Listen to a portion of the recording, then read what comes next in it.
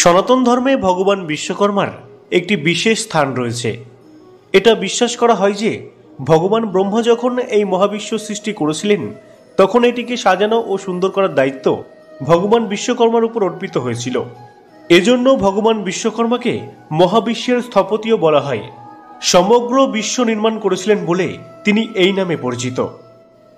বিভিন্ন দেবতার অস্ত্র থেকে শুরু করে সোনার লঙ্কা তারই কীর্তি। কথিত আছে এই দেবতার হাত ধরেই ধরিত্রীতে পুষ্পক বিমান, দ্বারকানগরী, জমপুরী এবং কুবেরপুরী নির্মিত হয়েছিল। তিনি উপবেদ, স্থাপত্যবেদ এবং চতুষ্ঠী কলার প্রকাশক। পৌরাণিক বিশ্বাস অনুসারে ভাদ্রপদ মাসে সূর্য দেবতা যখন কন্যা রাশিতে প্রবেশ করেন তখন ভগবান বিশ্বকর্মা অবতীর্ণ হয়েছিলেন। এ কারণে প্রতি বছর সূর্য কন্যা রাশিতে প্রবেশের দিন বিশ্বকর্মা জয়ন্তী উৎসব পালন করা হয়। এর পাশাপাশি জ্যোতিষশাস্ত্র অনুসারে বিশ্বকর্মা পুজোর দিনে কিছু বিশেষ ব্যবস্থা গ্রহণ করলে তা আপনার জীবনে সুখ আনতে পারে। তো আসুন বন্ধুরা, আজকের এই ছোট্ট ভিডিওতে জেনে নেওয়া যাক এই ব্যবস্থাগুলো। নমস্কার সম্মানীয় প্রিয় দর্শক, পুরাণ জ্ঞানের আরও একটি নতুন ভিডিওতে আপনাদের সকলকে স্বাগত। বন্ধুরা, প্রথমেই বলি, কোনো শুভ কাজ করার আগে শরীর শুদ্ধির পাশাপাশি অন্তর্শুদ্ধিও প্রয়োজন। যদি আপনার জীবনে অর্থের অভাব হয় বা পরিবারে শান্তির অভাব থাকে তবে এই বিশেষ দিনে ভগবান বিশ্বকর্মার বিশেষভাবে পুজো করা উচিত।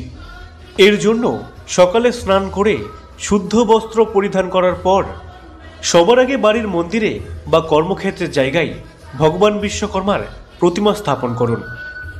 তারপর ভগবান বিশ্বকর্মার প্রতিমার সামনে ঘট রাখুন এবং সেই ঘটটি গঙ্গা জল দিয়ে সম্পূর্ণ ভর্তি করে দিন।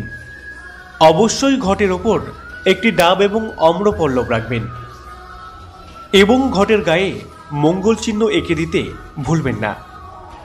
এরপর ভগবান বিশ্বকর্মাকে পুজো করার সময় অক্ষত ফল, ফুলের মালা, চন্দন, সুপারি এবং হলুদ সর্ষে অর্পণ করুন।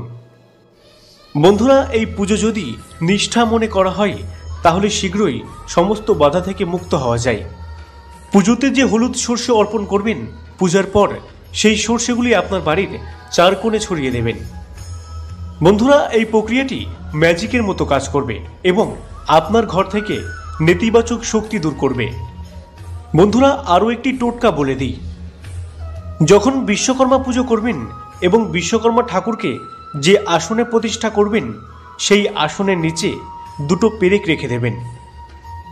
পুজো সম্পূর্ণ হয়ে গেলে দুটো পেরেকের মধ্যে একটি পেরেক ব্যবসার ঘরের সদর দরজার সামনে পুঁতে দিতে পারেন বা কালো কাপড়ে মুড়ে দরজার সামনে ঝুলিয়ে দিতে পারেন। অন্য পেরেকটি ঘরের পিছন দিকে পুঁতে দিতে পারেন বা কালো কাপড়ে মুড়িয়ে ঝুলিয়েও দিতে পারেন। বন্ধুরা, এই কার্যের ফলে খুব ভালো ফল মিলবে। বাস্তুদোষ কাটাতে এই টোটকা বেশ কার্যকরী। বন্ধুরা, বিশ্বকর্মা পুজো আপনারা খুব ভালোভাবে পালন করুন। আপনাদের সকলের জীবন সুখ সমৃদ্ধিতে ভরে উঠুক।